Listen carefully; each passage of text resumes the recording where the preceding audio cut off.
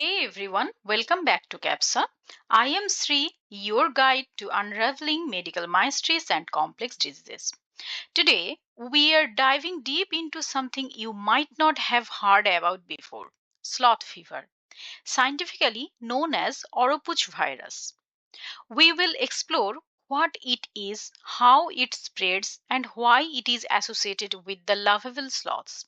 So, let's get started. So, what is sloth fever?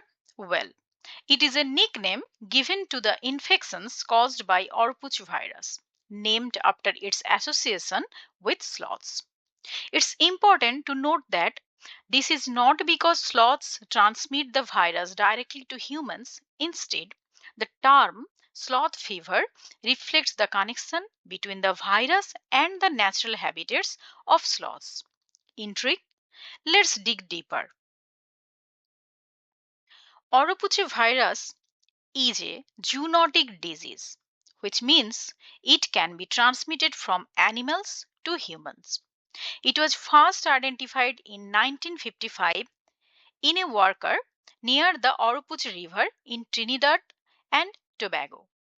Since then, it has become one of the most common causes of fever in some regions of South America. The virus is part of genus Orthobunia virus, and its primary mode of transmission to humans is through the bites of infected midges and mosquitoes. You might be wondering, why are sloths associated with this virus? Here's the scoop. Sloths are considered one of the natural reservoir for the Oropouche virus. This means they can carry the virus without getting sick themselves. Other animals, like non human primates and some birds, can also harbor the virus. These animals live in close proximity to humans in certain regions, where mosquitoes and midges pick up the virus from them and transmit it to the people. The transmission cycle is quite interesting. It mainly involves a teeny biting insect called a midge and sometimes mosquitoes. These insects feed on the blood of infected animals, like sloths, and then bite humans, transferring the virus in the process. So, while you don't get the virus directly from sloths, the sloths play a key role in maintaining the virus in the ecosystem.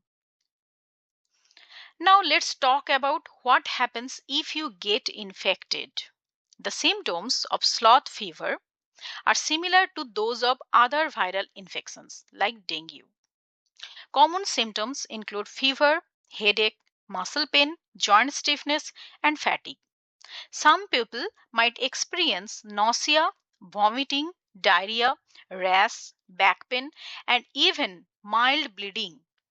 Most cases are mild and resolve within a week, but a few can develop more serious complications like neurological issues.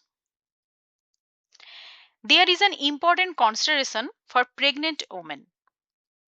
Evidence suggests that the Oropouche virus can be transmitted from one infected mother to her fetus. There have been reports of cases where this vertical transmission lead to serious outcomes, including fetal death and microcephaly. Microcephaly is a condition where the baby's head is smaller than normal. This is a significant concern, highlighting the need for caution and preventive measures, especially in endemic areas. So, how is Oropouche virus diagnosed and treated? Because its symptoms overlap with other tropical diseases, diagnosis often requires laboratory tests such as PCR or polymerase chain reaction to detect the virus genetic material. Currently, there is no specific antiviral treatment for Oropouche virus, according to CDC. The approach is mostly supportive. like hydration, pain relief, and managing symptoms. Prevention is key, which bring us to our next topics. Now, interestingly, while the virus is more common in certain parts of South America, recent cases have been confirmed elsewhere. In the US, 20 residents of Florida and one New Yorker returning from Cuba tested positive for the Oropouche virus. This shows how travel can contribute to the spread of such infections, making awareness and preventive measures crucial. Prevention and control are the best defenses against the Oropouche virus. Here's what you can do. Use insect repellent to reduce the risk of bites. Wear long sleeved clothing and use mosquito nets, especially in endemic areas. Remove standing water around your home to eliminate breeding sites for the midges and mosquitoes.